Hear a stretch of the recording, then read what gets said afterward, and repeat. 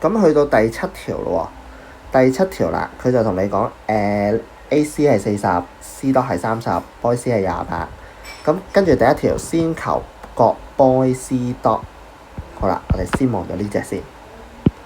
好，咁我哋望一望咯喎。嗱，Boy C dot 呢條係對邊，呢條係鄰邊，咁 C dot 就係斜邊啦，係咪？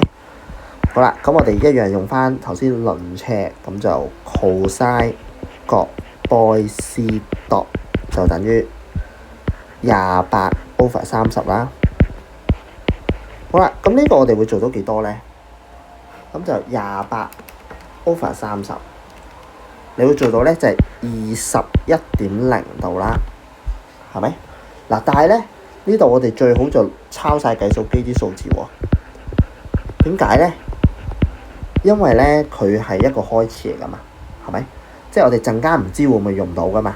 但而呢個21.0咧就純粹係符合翻題目3位有效數字嘅啫。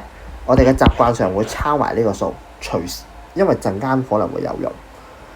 好啦，跟住 boy 啦，佢就問 AC dot， 咁 AC dot 咧就射上面呢隻咯喎。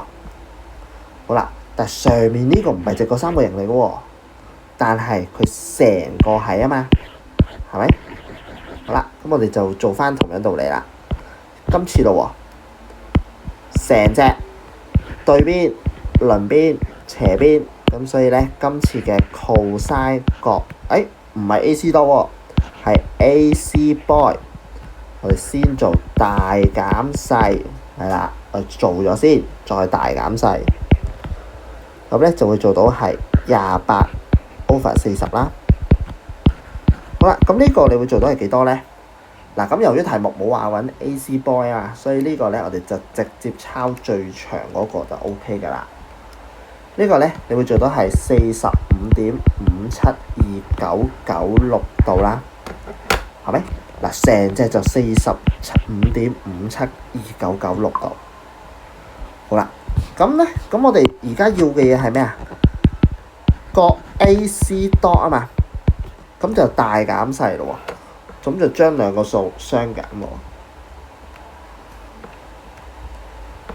好啦，咁你最終咧，你就會做到係呢個24.5度啦。